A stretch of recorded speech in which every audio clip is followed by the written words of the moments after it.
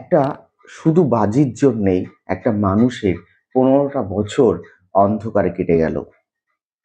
হ্যাঁ, আজকে আমরা এমন একটা গল্প আলোচনা করতে যাচ্ছি, যেখানে শুধু একটি মজার ছলে একটা সান্ধ্যকালীন পার্টিতে একটা বাজি ধরা হয়েছিল। যে বাজিটা ১৫টা বছর একটা ইয়াং লয়ারের জীবনে কেড়ে নিল। আজকে ক্লাস 12 এর 3rd সেমিস্টারের এক অসাধারণ একটি গল্প, অ্যান্টন চেকভের লেখা দ্য বেট। এই গল্পটা আমি তোমাদেরকে পড়াবো।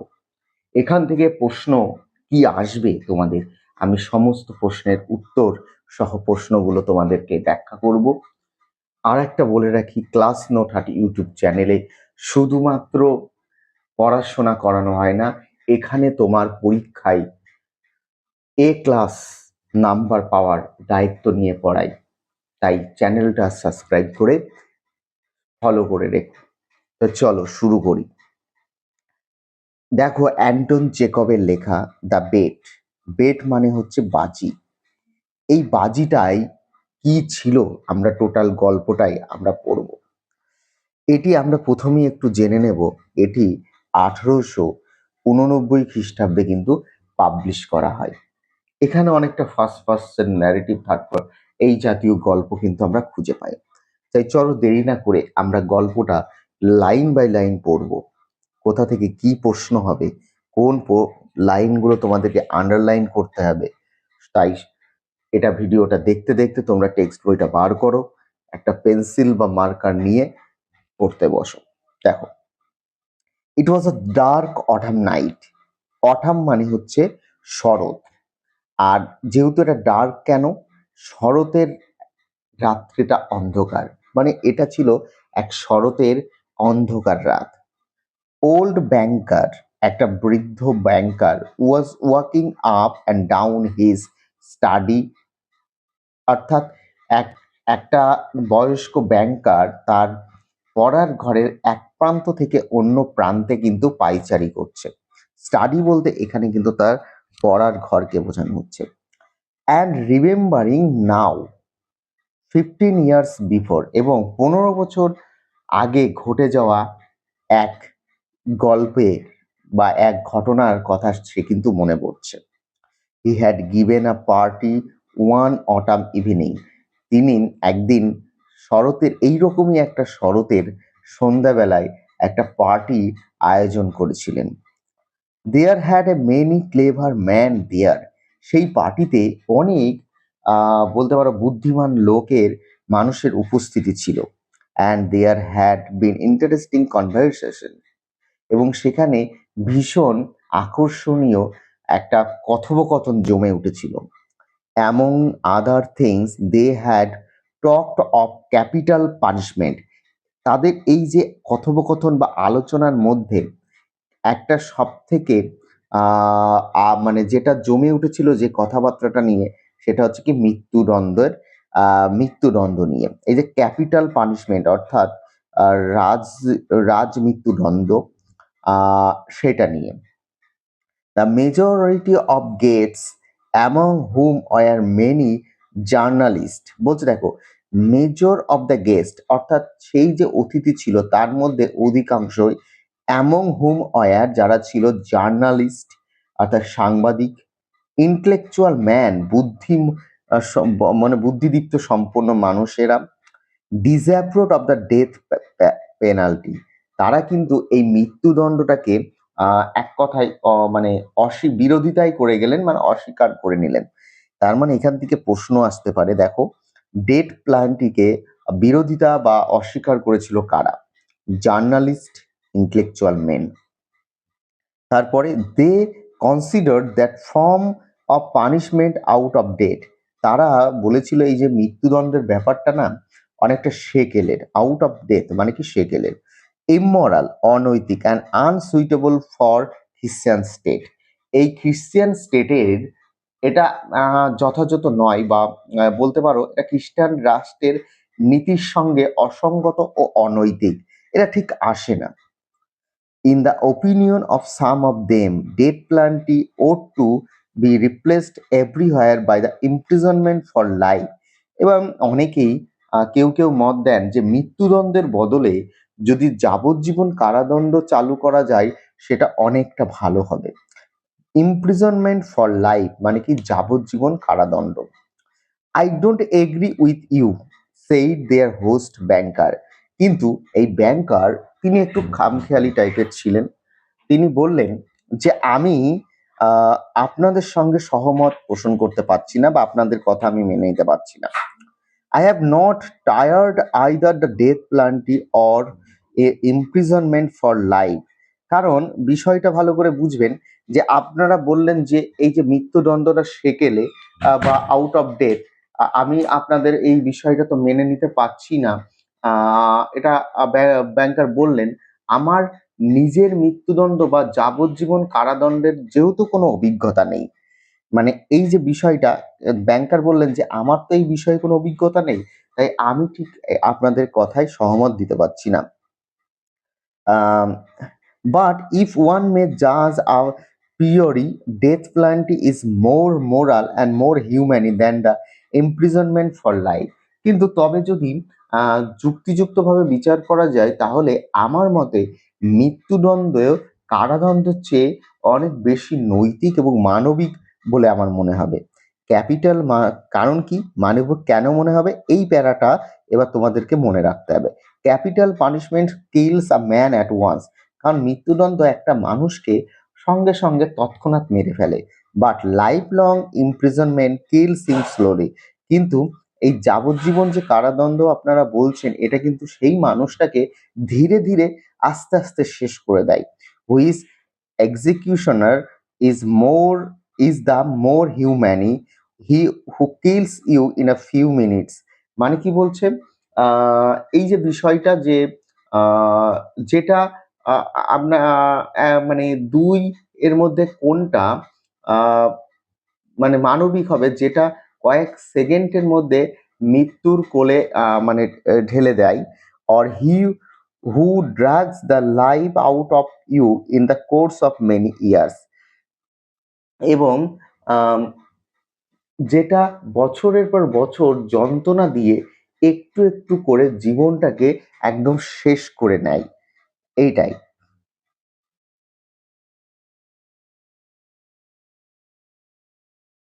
তার মানে কোনটা সব থেকে ভালো, ব্যাংকার কিন্তু এখানে একটা কৌট মানে মানে ডিবেট অর্থাৎ তৈরি করে ফেললো কনভারসেশনের মধ্যে, যে কোনো কেউ বলছে যে death penalty is better than the life time imprisonment, আবার কেউ উল্টোটা বলছে। চলো এগিয়ে যাই সামনের দিকটা।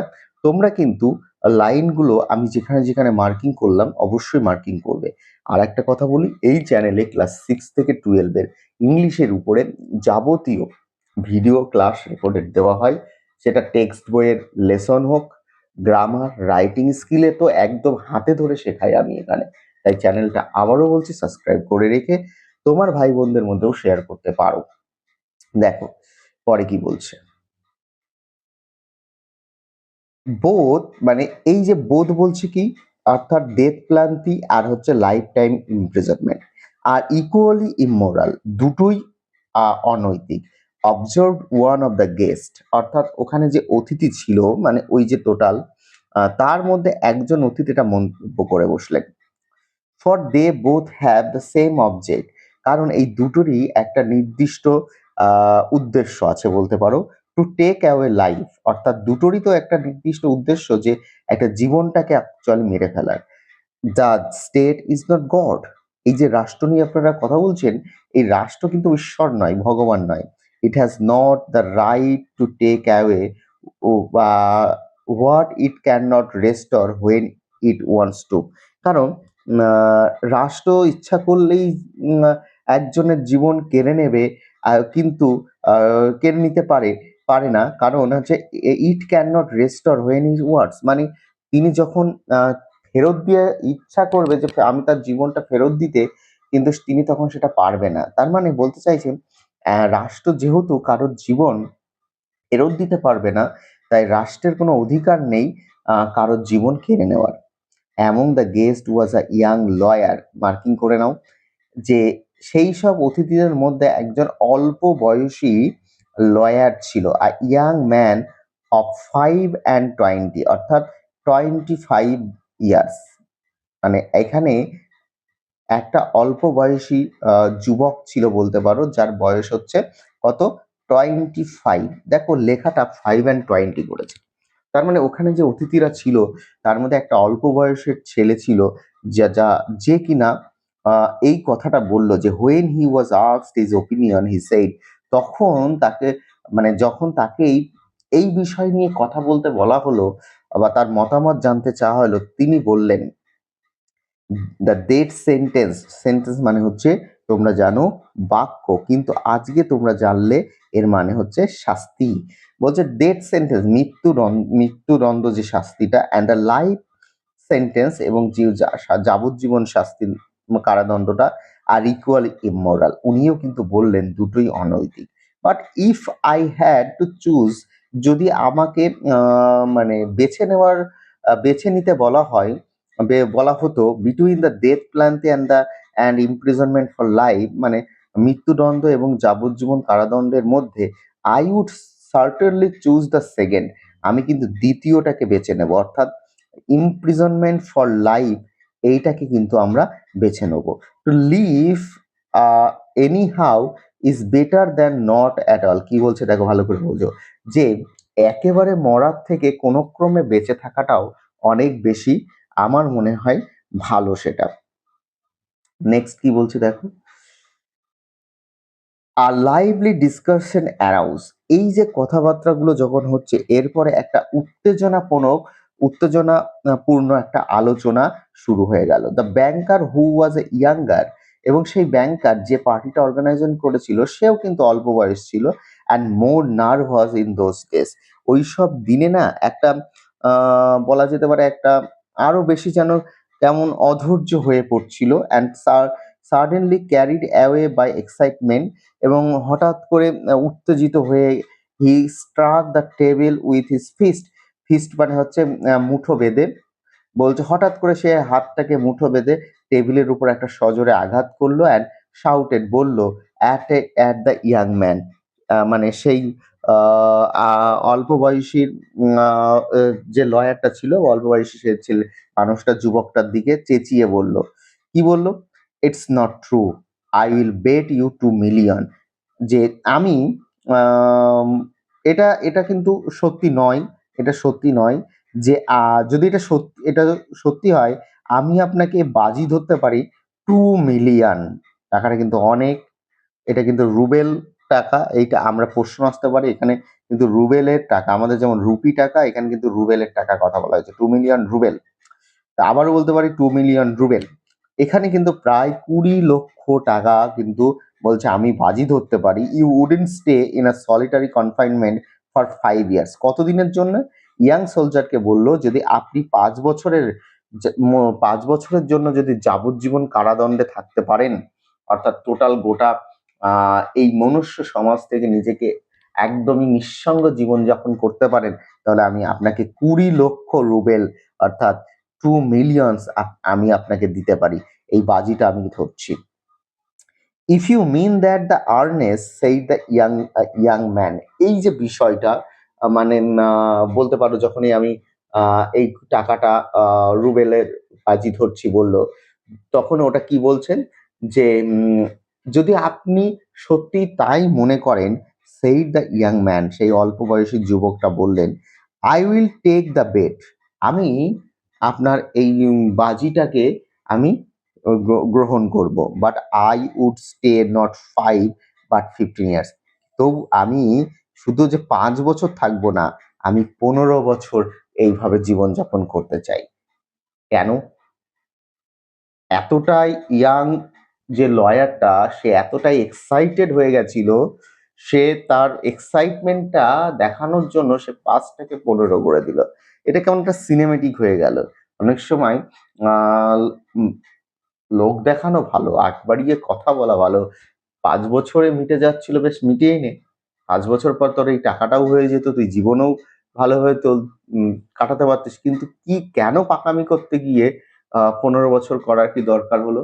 তার জন্য তোকে এই লয়ারের 15টা বছর অন্ধকারে কেটে গেল। শুধুমাত্র 20 লক্ষ রুবেলের জন্য। তো চলো আমরা পরবর্তীতে কিভাবে এগিয়ে যাই। 15 ডান, ক্রাইড ব্যাংকার। ব্যাংকার চিৎকার করে বলল 15 তো ঠিক আছে, done. Gentleman, I stake 2 million. আমি 20 লক্ষ রুবেল আমি বাজি ধরলাম বা আমি বাজিতে রাখলাম। এরপরে কি বলছে, agreed, you stake your millions and I stake my freedom, সেই দ্য ইয়াং ম্যান। তখন কি বাজিটা ধরা হলো, সেই সেই ইয়াং লয়ার সে বলল ঠিক আছে, আমিও মেনে নিলাম, আপনি আপনার 20 লক্ষ রুবেল বাজি ধরলেন, আর আমি আমার স্বাধীনতাটাকে আমি বাজি ধরলাম। মানে কি, আপনার এই 20 লক্ষ 2 মিলিয়নের জন্য আমার স্বাধীনতাটা আমি বাজি রাখছি। বুঝতে পারলাম তাহলে? তার মানে এই যে গল্পের শুরুতে আমি তোমাদেরকে বললাম যে 15টা বছর কেটে গেল একটি মাত্র বাজির জন্যে, একটি বাজি কথা রাখার জন্যে, এইটাই ছিল বাজি। তাহলে কি জানলাম, যে যদি কেউ যাবজ্জীবন অর্থাৎ সলিটারি কনফাইনমেন্টে যদি কেউ থাকতে পারে, 5 বছরের কথা হয়েছিল কিন্তু ইয়াং 15 বছর করে নিয়েছিল, তবে তাকে 20 লক্ষ রুবেল অর্থাৎ 2 মিলিয়ন টাকাটা দেওয়া হবে। এটাই ছিল আমাদের গল্পের শুরুর দিকে একটা চুক্তি। এরপরে আস্তে আস্তে চলো আমরা এগিয়ে যাই। গল্পটা একটু বড় হবে, তাই আমি চাইছি একটু তোমরা ধৈর্য ধরে গল্পটা দেখো বা গল্পটা শোনো। আর আমি এটা যত সম্ভব 2টো ভিডিওতে আমি শেষ করব, তাই ভিডিওগুলো একটু দীর্ঘায়িত হবে। অধৈর্য না হয়ে একটু দেখে ভিডিওটাকে পজ করে আবার একটু দেখো, তোমার যেখানে প্রয়োজন সেখান থেকে তুমি বারবার দেখো। আমি আশা করি আমার এই ক্লাসটার পর তোমাদের আর কোনো সমস্যা হবে না। দেখো, and this wild senseless bet was carried out. অবশেষে এই বিচার বিবেচনাবিহীন এই যে অনৈতিক বাজি, এটা কিন্তু বাস্তবায়িত হলো। The banker, spoiled and frivolous with millions beyond his reckoning, was delight at the bet. এবং সেই যে ব্যাংকার মানে যে পার্টিটাকে অ্যারেঞ্জ করেছিল, সে কি করলো বলতো, সে তৎক্ষণাৎ যেহেতু সে অগণিত সম্পদের মালিক ছিল, খামখেয়ালি ছিল এবং বলতে পারো একটু মেজাজি ধরনের মানুষ ছিল, সে বাজি রেখে আনন্দে আত্মহারা হয়ে গেলেন। মানে এটা আরো বেশি সে যেন আনন্দিত হয়ে গেলেন। অ্যাট সাফার, রাতের খাবার পর, he made a fun for the young man, সে সেই অল্প বয়সী ছেলেটার নিয়ে একটু রসিকতা করলো।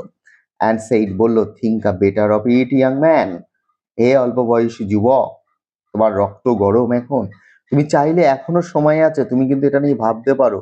ওয়াইল দেয়ার স্টিল টাইমস, এখনো তোমার সেখানে কিন্তু সময় রয়েছে, তুমি চাইলে কিন্তু এখনো তুমি তোমার বাজি থেকে ঘুরে আসতে পারো।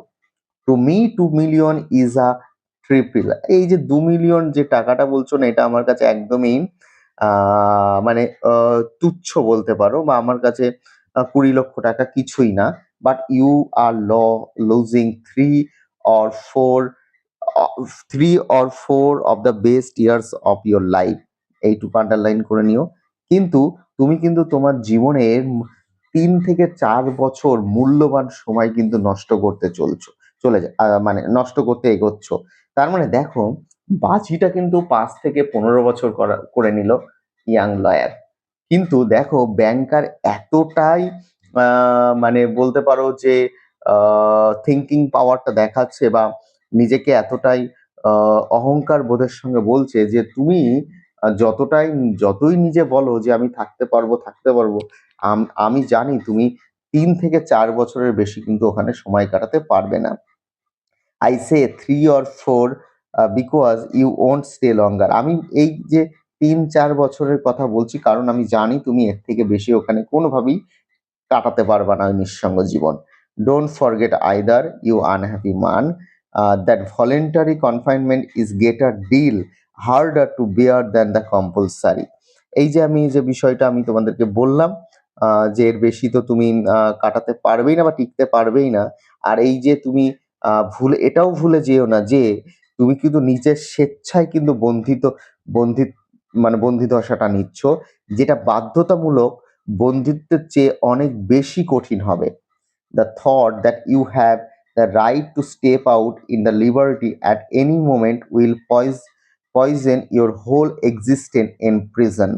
মানে কি বলতে চাইছি, যে অনেকটা তো খারাপ হবেই, আর এই ভাবনাটা এই ভাবনাটা তোমার মনে আসবে যে তুমি যখন খুশি বের হতে পারো, এটা তোমার বন্দি জীবনকে আরো অসহনীয় করে তুলবে। তার মানে কি, তুমি হয়তো ভাবতে পারো যে আমার ইচ্ছা হলে আমি বেরিয়ে আসতে পারবো ওর ভিতর থেকে, কিন্তু তুমি কিন্তু তা বেরোতে পারবে না।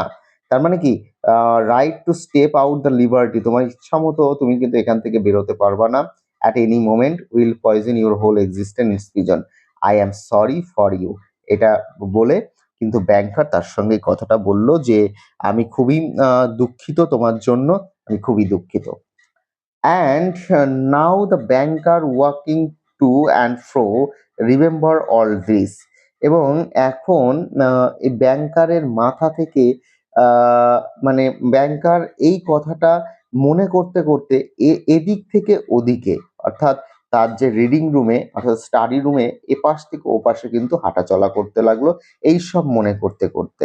তার মানে এই জায়গা থেকে আমরা 15 বছর আগেকারে যা ঘটেছিল অর্থাৎ সেই গল্পটা কিন্তু আমরা পুনরাবৃত্তি পাচ্ছি। What was the object of the bet? এখন বলছে এই যে বাজিটা আমরা ধরেছিলাম কেন, এই বাজিটা কেন ধরেছিলাম? What is the good of that man's losing 15 years of his life? এর মানে এই যে বাজি ধরেছিলাম এর লাভটাই বা কি ছিল? মানে এই বাজিটা ধরলামই বা কেন? এই জন্য একটা মানুষের 15 বছর হারিয়ে গেল। মানে 15টা বছর সে তার জীবনের সময়টাকে নষ্ট করলো। And my throwing away 2 million, এবং আমার 20 লক্ষ টাকা এর জন্য নষ্ট করব। কেন এই বাজিটা ধরেছিলাম 15 বছর আগে? এখন কিন্তু ব্যাংকারের মাথায় এই ভাবনাটাই চলছে। Can it prove that the death প্ল্যানটি is better or worse than the imprisonment of for life?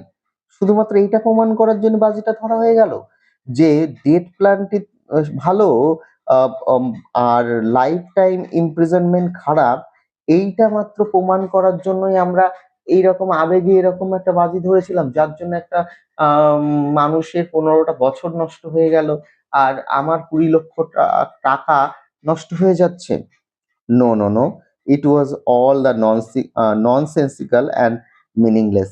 এটা ছিল একদমই বোকামি এবং কোনো অর্থ নেই, অর্থহীন একটা কাজ। On my part it was the caprice of a pampered man, and on his part simple greed of money. মানে এসবই অর্থহীন, আর আমার দিক থেকে এটি ছিল একটা বলতে পারো মানুষের খামখেয়ালি, আর তার দিক থেকে ছিল হয়তো এটা নিছকই গ্রিড ফর মানি, তার লোভ। তার মানে কি, এটা এই জায়গাটাই ব্যাংকার কি বলছে যে আমি তো খামখেয়ালি বা আমার একটা আবেগের, আমি একটা বিলাসিতাকার জীবন যাপন কাটাই, আমার খামখেয়ালির জন্য আমি নাই 20 লক্ষ টাকা বাজি ধরেছিলাম, এটা হয়তো আমার খামখেয়ালিপনা ছিল। কিন্তু ওই ছেলেটা যে 15 বছর তার জীবন বাজি ধরেছিল, তাহলে তার নিছকই হয়তো অর্থ লাভের ছিল। তার মানে কি, তার লোভে কিন্তু তার এই বাজিটাই সে কিন্তু আগ্রহী উঠেছিল। চলো পরবর্তীতে দেখি। দেখো, then he remembered what followed that evening. তারপরে তার মনে পড়লো যে সেই সন্ধ্যায় কি কি ঘটেছিল।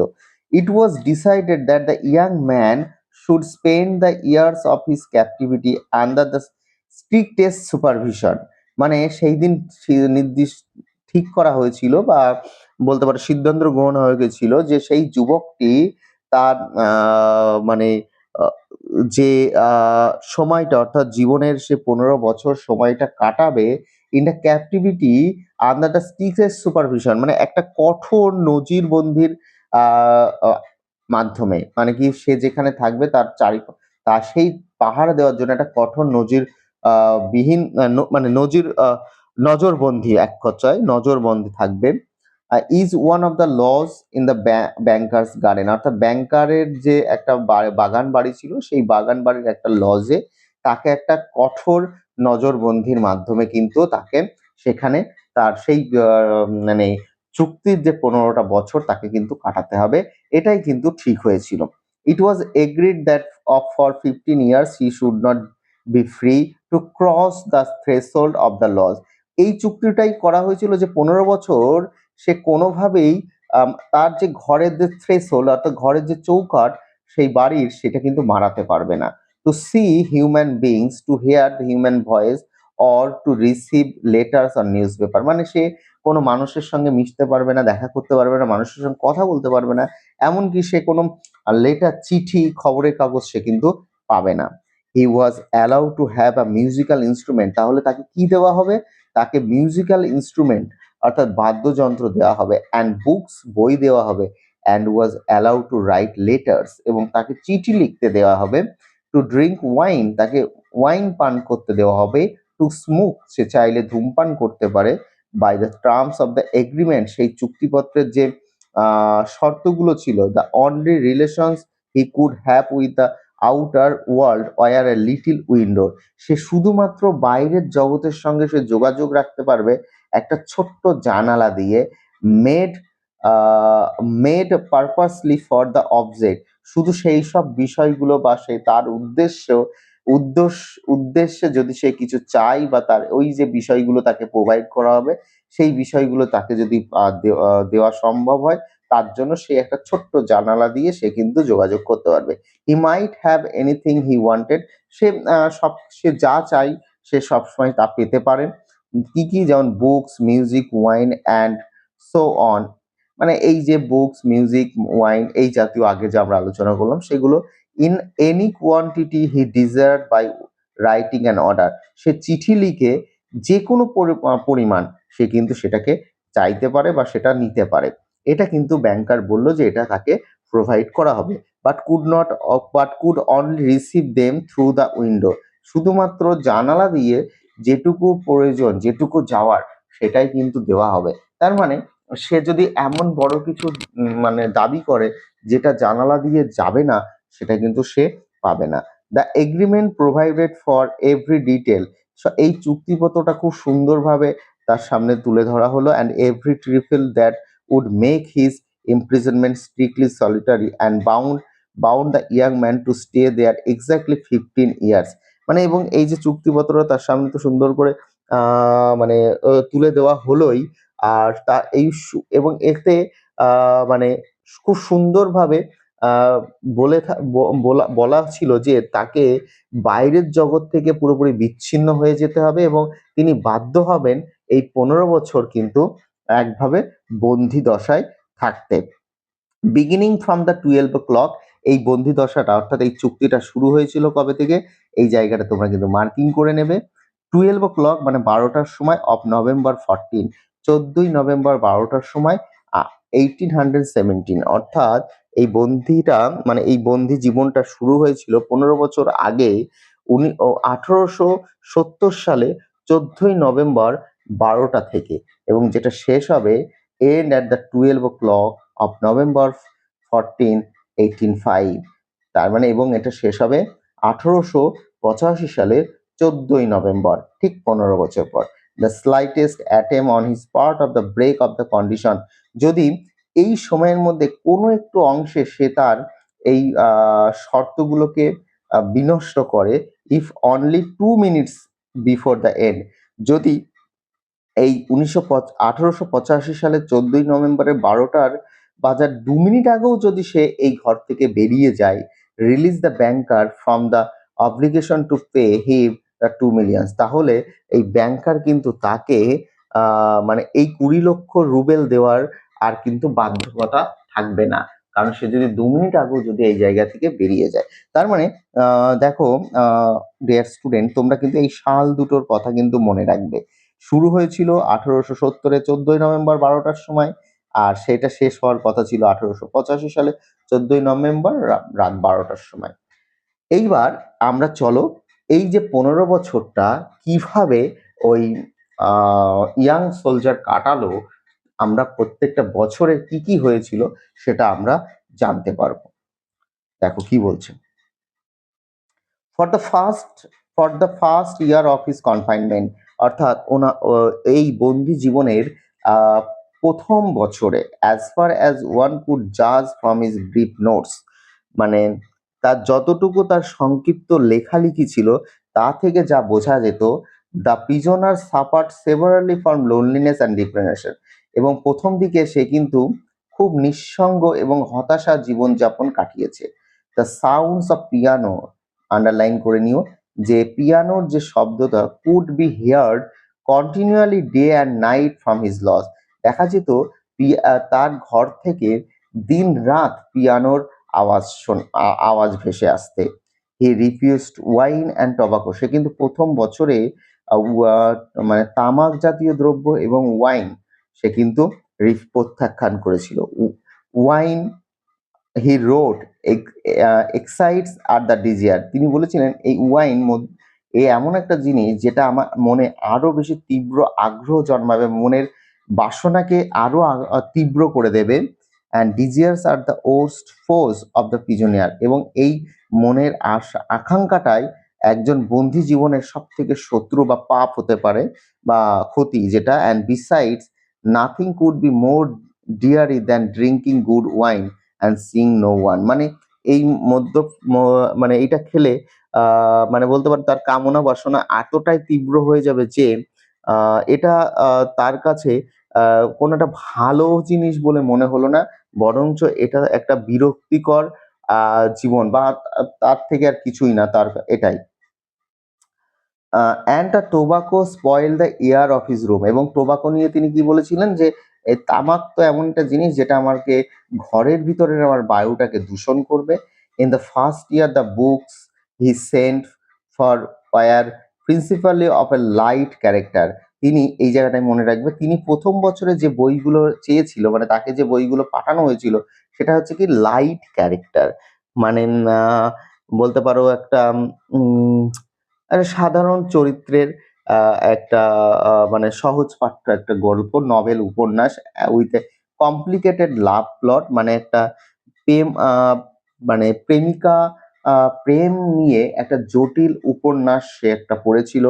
সে সেন্সেশনাল অ্যান্ড ফ্যান্টাস্টিক স্টোরি, এবং খুব মজাদার এবং মানে বলতে পারো আহ, কল্পনাপ্রবণ গল্প সে পড়েছিল, অ্যান্ড সো অন, এই জাতীয়। তার মানে আমরা প্রথম বছরে জানতে পারলাম সে কিন্তু কোনো টোবাকো ব্যবহার করেনি, মানে কোনো তামাক জাতীয় জিনিস চায়নি, সে ওয়াইন পর্যন্ত রিজেক্ট করেছে, সে শুধু বই পড়েছে। কি কি বই পড়েছে তোমরা এখানে দেখতে পাচ্ছ, আমি মার্কিং করে নিয়েছি, তোমরা আবারও কিন্তু এই লাইনটা ভালো করে মনে রাখবে। আর কি, পুরো সাউন্ড অফ পিয়ানো, অর্থাৎ গোটা আহ, দিন রাত সেখানে কিন্তু পিয়ানোর শব্দ শোনা যেত। চলো দ্বিতীয় বছরে কি হলো। In the second year the piano was silent lodge, হঠাৎ করে দ্বিতীয় বছরে না সেই পিয়ানোর আওয়াজ কিন্তু আর শোনা গেল না। The prisoner asked only for classics, prisoner তখন শুধুমাত্র বলতে পারো কি এই এই যে ক্লাসিক যে জিনিসটা, ধ্রুপদী বিষয় সম্পর্কে কিন্তু জানতে চাইলে, মানে কি এই যে ক্লাসিক্যাল যে জিনিসগুলো হয় আমাদের ধ্রুপদী সংস্কৃতি সম্পর্কে সে কিন্তু জানতে চাইছে। In the fifth year music was audible again, এবং দেখা গেল পঞ্চম বছরে অর্থাৎ 5 নম্বর বছরে আবারও সেই আওয়াজ, মানে সঙ্গীতের আওয়াজ কিন্তু তার ঘর থেকে শোনা গেল। দ্য পিজনার আস্কড ফর ওয়াইন, এবং এই পঞ্চম বছরে এসেই সে কিন্তু ওয়াইন, অর্থাৎ সে কিন্তু চিঠির মাধ্যমে তার ওয়াইন প্রয়োজন সেটা কিন্তু সে লিখে দিল। কত নম্বরে? ফিফথ ইয়ার, 5 নম্বর বছরে। তার মানে এখান থেকে বলতে পারি যে 5 নম্বর বছরে কিন্তু আবারও পিয়ানো, মানে 2 নম্বর বছরে পিয়ানো বন্ধ হয়ে গেছিল, আবার 5 নম্বর বছরে কিন্তু পিয়ানো শোনা গেল, এবং কিন্তু তিনি ওয়াইনও চেয়েছিল। Those who watched him through the window said that all that year he spent doing nothing but eating and drinking and lying on his bed, তার মানে কি গোটা 5 বছরটা, 5 নম্বর বছরটা সে আহ, খেয়েছে আর হচ্ছে পান করেছে আর বিছানায় শুয়ে শুয়ে দিন কাটিয়েছে, কোনো কাজ করেনি। কে এটা দেখলো? যে হু ওয়াজ, অর্থাৎ যে তাকে পাহারা দিত, সে কিন্তু এই উইন্ডো দিয়ে দেখেছে, তার মানে জানালা দিয়ে যা দেখতে পেয়েছে সে কিন্তু এটাই গল্প করলো। সে খায় দায় ঘুমায় আর কোনো কিছু কাজ করে না। Frequently earning and angrily talking to himself, এবং মাঝে মাঝে সে নিজে নিজে হাই তোলে, একদম টানা হাই তোলে। And angrily talking to himself, এবং অনেক সময় রেগে নিজের সঙ্গে কথা বলতে শোনা গেছে। He did not read books, সে কিন্তু এই টাইমে কোনো বই পড়তো না। সামটাইমস অ্যাট নাইট, কিন্তু কোনো সময় রাত্রে he would sit down to write, দেখা যেত তাকে এক টেবিলে লিখতে, অর্থাৎ সে লিখতে বসতো। He would spend hours writing, সে ঘন্টার পর ঘন্টা সময় ব্যয় করতো এই লেখালেখির পিছনে। অ্যান্ড ইন দ্য মর্নিং, এবং সকালবেলায় উঠে tear up all that he had written, এবং গতকাল রাত্রে সে যা লিখেছে সমস্ত লেখাগুলো সে টুকরো টুকরো করে ছিঁড়ে ফেলতো। More than once he could be heard crying, এবং আমরা বেশ কয়েকবার দেখেছি, একেরও বেশিবার, যে তাকে নিজে নিজে কান্নাকাটি করতে, মানে তাকে কাঁদতেও আমরা শুনেছি। তার মানে আমরা পঞ্চম বছরের শুরু থেকে শেষের দিকটা আমরা এই বিষয়টা কিন্তু জানতে পারলাম।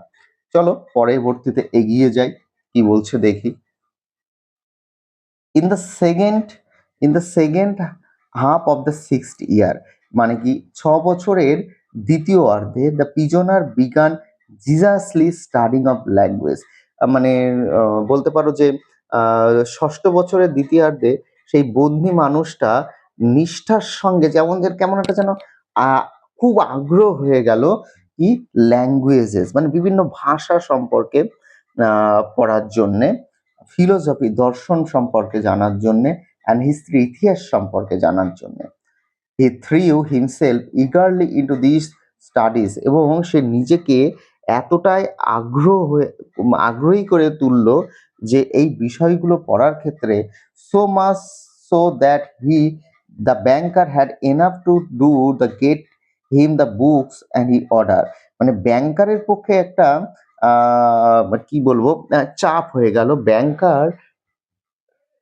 হ্যাঁ, ব্যাংকারের চাপ হয়ে গেল কেন বলতো, মানে এই যে ও এত পরিমাণে যে বই চাই, সেই বইগুলো তাকে সরবরাহ করার জন্য ব্যাংকারেরও ভীষণ একটু সমস্যায় পড়ে গেল। In course of 4 years some 600 volumes, দেখো এই 6 বছরে সে প্রায় 600 অধ্যায়ন, অর্থাৎ 600 খানা বইয়ের সংকলন, প্রায় 600 বইয়ের ভলিউমস, মানে খণ্ড, 600 বইয়ের খণ্ড সে কিন্তু পড়ে ফেলেছিল। Were produce at his request, মানে কি, এবং তার অনুরোধে এই 600 খানা খণ্ড কিন্তু তাকে দিতে হয়েছিল ব্যাংকার। তাই মানে ব্যাংকারও কিন্তু এক কথায় ভীষণ চাপে পড়ে গেছিল। সে বলেছিল যে তুমি 15 বছর কাটাও, তুমি যা চাইবে তোমাকে দেবো জানালা দিয়ে, এই 600 খানা বইয়েই কিনতেও কিন্তু ব্যাংকারের কিন্তু অনেকটা মূল্য দিতে হয়েছিল। যাই হোক দেখি, it was during this period that the banker receive the following letter from his prisoner, মানে এটা এটা কি বিষয়টা হতো কি, ওই যে ব্যাংকার তার বন্ধুর কাছ থেকে এই শুধু একটা চিঠি পেত, যে চিঠিতে এই সমস্ত কিছু লেখা থাকতো। কি সেই চিঠিটায় কি লেখা ছিল, চলো দেখি।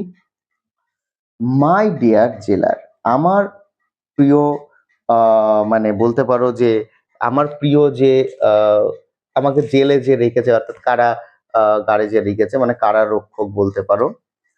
I write you this lines in 6 language, এই যে সে যে ভাষা নিয়ে পড়াশোনা করলো, সেই ভাষা নিয়ে পড়াশোনা করার পরবর্তীতে সে বলছে, আমি আপনাকে এই যে লেখাগুলো লিখছি 6টা ভাষাতে, ল্যাঙ্গুয়েজ মানে 6খানা ভাষাতে আমি লিখছি।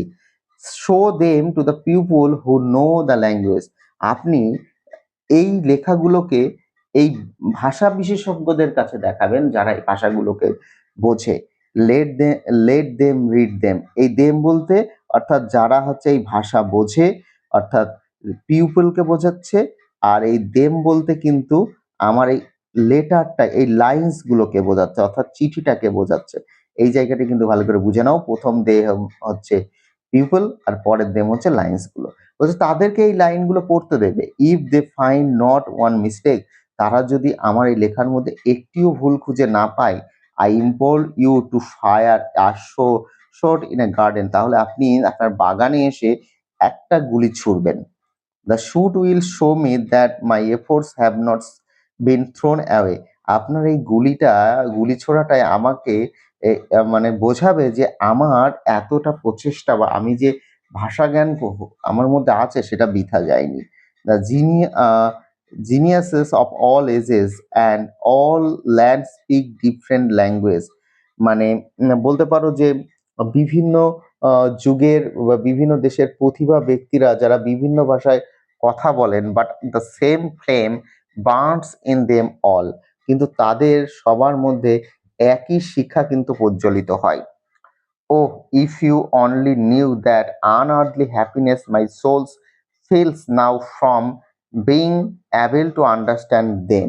যদি যদি জানতেন আহ, এই এখন তাদের বুঝতে পারার ফলে আমার আত্মা কি স্বর্গীয় সুখ অনুভব করছে। The prisoner desires was fulfilled, তাহলে বন্দির ইচ্ছা পূরণ হলো, মানে পূরণ হতো। The banker order to shots to be fired in the garden, কিন্তু ব্যাংকার আকাশের বাগানে কিন্তু দুটি গুলি ছুড়ল। আচ্ছা, এই জায়গাটা একটা প্রশ্ন হয় যে ব্যাংকার কিন্তু বলেছিল একটি গুলি ছুটতে, কিন্তু এই সরি, প্রিজনার কিন্তু বলেছিল একটি গুলি ছুটতে, কিন্তু ব্যাংকার কিন্তু দুটি গুলি, মানে কি সে আবেগে দুটি গুলি ফায়ার করেছিল। চলো নেক্সট এগিয়ে যাই।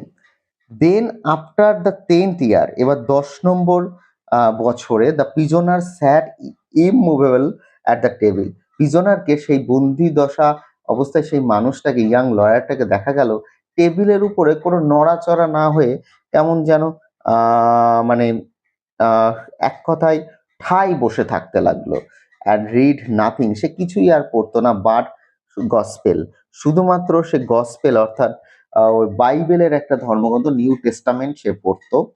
It seems strange to the banker, এই যে বিষয়টা, যে সে আর কোনো বই চেত না, সে কিছু কাজ করতো না, টেবিলের পর বসে ঘন্টার পর ঘন্টা একটা গসপেল অর্থাৎ নিউ টেস্টামেন্ট বাইবেলের এই বইটা পড়ছে, এটা ব্যাংকারের কাছে একটা অদ্ভুত লাগলো। That a man who in a 4 ইয়ার, যে কিনা মাত্র 4 বছর বয়স, 4 বছরে হ্যাড মাস্টার্ড 600 লার্ন ভলিউম, যে প্রায় 600 বইয়ের খণ্ড পড়ে ফেলেছে, সে কিন্তু গোটা একটা বছর সে একটা বই পড়তে সময় লাগাচ্ছে, এই বিষয়টা কিন্তু ব্যাংকারের কাছে একটা অদ্ভুত লাগতে শুরু করলো। Should waste are near year over one thin books easy of comprehension, শুধুমাত্র এই সাদামাটা একটা পাতলা বই পড়তে গোটা বছরটা সে নষ্ট করছে, এইটা কিন্তু ব্যাংকারের কাছে একটা অদ্ভুত লাগতে লাগলো। Theology and history of the religion followed the gospel, মানে এই যে গসপলের যে তিনি ধর্মের ইতিহাস ও ধর্ম অধ্যয়ন তিনি কিন্তু শুরু করেছিলেন। In the last 2 years of his confinement, এবং তার শেষ বন্দিদশার যে 2 বছর, শেষ 2 বছর, the prisoner read an immense quantity of books quite discriminately, মানে লাস্ট 2 বছর বলতে পারো যে তিনি কিন্তু বিপুল পরিমাণে বই পড়লেন, তবে এর কোনো নির্দিষ্ট কোনো ধারাবাহিকতা ছিল না। অ্যাট ওয়ান টাইম, একই সময়, he was busy with the natural science, তিনি কিন্তু একই সময় ন্যাচারাল সায়েন্স পড়তেন, মানে স্বাভাবিক বিজ্ঞান পড়তেন, প্রাকৃতিক বিজ্ঞান পড়তেন। Then he would ask for Byron and Shakespeare, এবং তার সঙ্গে সঙ্গে তিনি আবার শেক্সপিয়ার বা বাইরনের রচনায় ডুবে যেতেন। তার মানে দেখো দুটো কিন্তু আলাদা জিনিস, একটা সায়েন্স ফিকশন পড়ছে, আবার ওদিকে প্রহসন, নাটক, আবার কিন্তু কমেডি কিন্তু পড়তে চলেছে। There were notes in which he demanded at the same time books on chemistry, এমনকি তিনি পাশাপাশি একই সঙ্গে রসায়নের বইও পড়ছেন, and the manual of medicine, এবং অনেক সময় তিনি কিন্তু এই ওষুধ চিকিৎসাবিদ্যার পাঠ্যপুস্তকও কিন্তু পাশাপাশি পড়ছেন, আর নভেল এবং উপন্যাস পড়ছেন, and some treaties on philosophy and theology, এবং দর্শন এবং ধর্ম বিষয় তত্ত্ব নিয়েও কিন্তু কিছু গ্রন্থ পড়ার অনুরোধ কিন্তু ওই ব্যাংকারের কাছে থাকতো। His reading succeed a man swimming in the sea among the wreckage of the ship. তার পড়াশোনার এমন একটা ধরন ছিল যে দেখে মনে হতো তিনি যেন সমুদ্রে কোনো জাহাজের ভাসমান ধ্বংসাবশেষের সাথে সাঁতার কাটছেন। Try to save his life greedily clutching fist on one spar and the life এবং তিনি তার জীবন রক্ষার তাগিদে একটার পর একটা টুকরো আঁকড়ে ধরে বেঁচে আছেন। The old banker remember all this and thought. এই ওল্ড ব্যাংকার এই কথাগুলো কিন্তু এতক্ষণ দাঁড়িয়ে সেই শুরু থেকে তার পড়ার ঘরে একটা স্টাডি রুমে পায়চারি করতে করতে এই কথাগুলো কিন্তু এতক্ষণ ধরে ভাবছিল। তার মানে গোটা এপিসোডটা কিন্তু 15 বছর আগে ঘটে যাওয়ার ঘটনা ছিল। আজ 15 বছর হয়ে যাচ্ছে আর কিঞ্চিৎ সময় বাকি আছে। এখন কিন্তু ব্যাংকার এই টোটাল ঘটনাটা কিন্তু মনে পুনরাবৃত্তি মনে করছে।